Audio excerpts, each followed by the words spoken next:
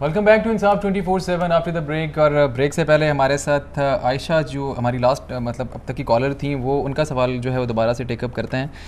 उन्होंने बताया कि 1 साल पहले जो है वो डिवोर्स उनके हस्बैंड ने भेजी इनको, और उसके बाद से इनके हस्बैंड जो हैं वो बिल्कुल बिहाइंड द स्क्रीन है और कोई पता नहीं है कि वो कहाँ रहता है। अब मेरे ख्याल के मुताबिक तो यूनियन काउंसिल का कोई प्रोसेस फॉलो नहीं किया गया सूरत में, और अक्सर ऐसा होता है कि वो भेजा ही नहीं जाता। मैम देखते हैं हम कि हम डायरेक्टली जो है बेगम को तलाक लिख के दे दी जाती है अपनी खातून को, और उसके बाद कहा जाता है कि जी आप फारिग हैं।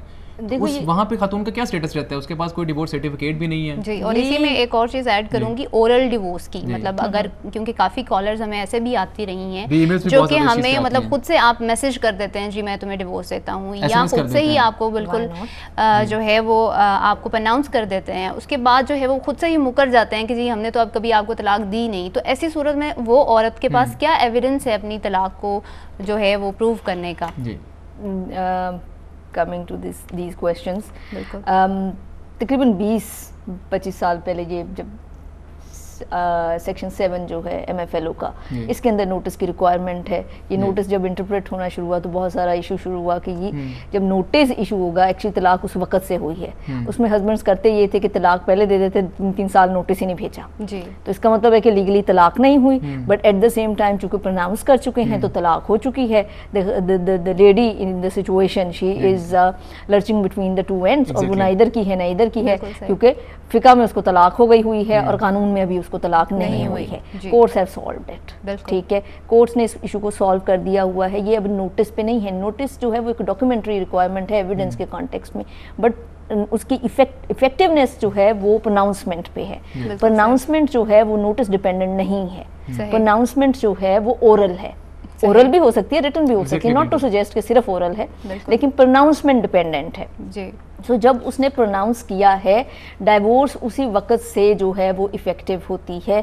जाहिर है कि उसके बाद जो एक टाइम इद्दत का रनिंग होता है जिसमें रुजू हो सकता है, वो टाइम रन करना शुरू हो जाता है। इसमें रेगुलर प्रोसेस ये होता है कि हस्बैंड जो है जिसने डाइवोर्स प्रोसेस प्रोनाउंस की है, बेहतर ये है कि वो यूनियन काउंसिल के थ्रू जो है वो नोटिस भेजे, और उसके बाद जो है वो यूनियन काउंसिल जो है 3 मंथ्स का टाइम स्टार्ट्स रनिंग, और वो उसके अंदर जो है वो रिकंसिलिएशन कराने की कोशिश करते हैं। जो दूसरा सवाल है कि हस्बैंड अगर ओरल डाइवोर्स प्रोनाउंस करे, SMS भेजती है, SMS बहरहाल साबित करना जो है वो पॉसिबल है कि ये किस नंबर से आई है और कहाँ से गई है। ये क्वेश्चन एविडेंस का क्वेश्चन है, ठीक है, ये क्वेश्चन जो है वो एविडेंस का क्वेश्चन है। और इसमें दोनों फिकों में फ़र्क है, सुन्नी फिका में भी और शिया फिका में। शिया फिका में डाइवोर्स होती नहीं है जब तक 2 गवाह मौजूद ना हो। सो हस्बैंड ने अगर डाइवोर्स देनी है या प्रोनाउंस करनी है, he needs to have 2 witnesses present जो उस ट्रांजैक्शन को देखेंगे, और फिर वो जो है वो कहेंगे, मतलब जब अगर फर्दर कभी एविडेंस की जरूरत हो।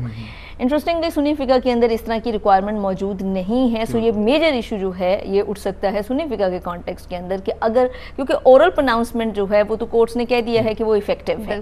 सो अगर खातून जो हैं उनके पास कोई एविडेंस नहीं है टू दैट इफेक्ट, और हस्बैंड ने जो है वो प्राइवेट सेटिंग के अंदर जो है वो उसको प्रोनाउंस कर दिया है, ये फिर क्वेश्चन जो है वो अगेन क्वेश्चन ऑफ एविडेंस होएगा, एविडेंस लॉ का सवाल होएगा कि इसको साबित किस तरह से किया जाएगा। और इसमें देखो जो इसमें मतलब फर्दर इसके अंदर जो एक स्ट्रेच्ड ऑब्जर्वेशन है वो ये है कि लोग इस तरह की जो प्रैक्टिसेस करते हैं ये एक बिल्कुल गैर मुनासिब सोशल रवैया है। बिल्कुल सही। इसको आप सोशल एजुकेशन और एक फैमिली जो एथिक्स हैं उनको इनकलकेट करके ही रिमूव कर सकते हैं, वरना ऐसी किसी भी लकूनस जो है उनको लोग मिसयूज करेंगे। बिल्कुल सही। जी, एक बात हमारे सादगाबाद से कॉलर्स उनको बताते चलें कि आपने जो है वो जायदाद की तकसीम के मुतालिक, हिस्सों के मुतालिक पूछा। आप हमें अगर ईमेल करना चाहें तो स्क्रीन पे दिए गए नंबर पे ईमेल एड्रेस पे आप हमें ईमेल कर सकते हैं। उसके अलावा जो अगर आप अपनी कॉल रिकॉर्ड करा के हमें सारे हिस्सादारान जो है उनका नाम बता के और उनका रिलेशनशिप बता के मरने वाले के साथ टेट्रा 1A+ जो है वो भी स्क्रीन पे नंबर दिया जा रहा होगा, और आप उस पर जो है हमें कॉल करके अपना पैगाम जो है वो रिकॉर्ड करा दीजिए, अपना पूरा सवाल जो है रिकॉर्ड करा दीजिए, तो हम प्रॉपर जो आप हिस्सों की डिस्ट्रीब्यूशन जो है हम आप तक जो है वो कम्युनिकेट कर देंगे, आपको रिप्लाई बैक करेंगे। Thank you very much ma'am आपके इस शो पर तशरीफ़ लाने का। आपका मैसेज इस प्लेटफॉर्म के थ्रू आप जनरल मासेस को देना चाहें तो उसके लिए please.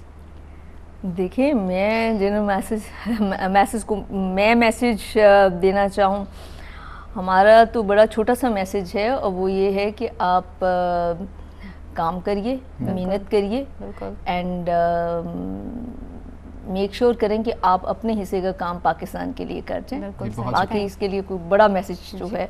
Thank you very much ma'am, very big thanks to our worthy guest. जितने भी कॉलर्स ने आज हमारे प्रोग्राम में कॉल किया उन सब का बहुत शुक्रिया।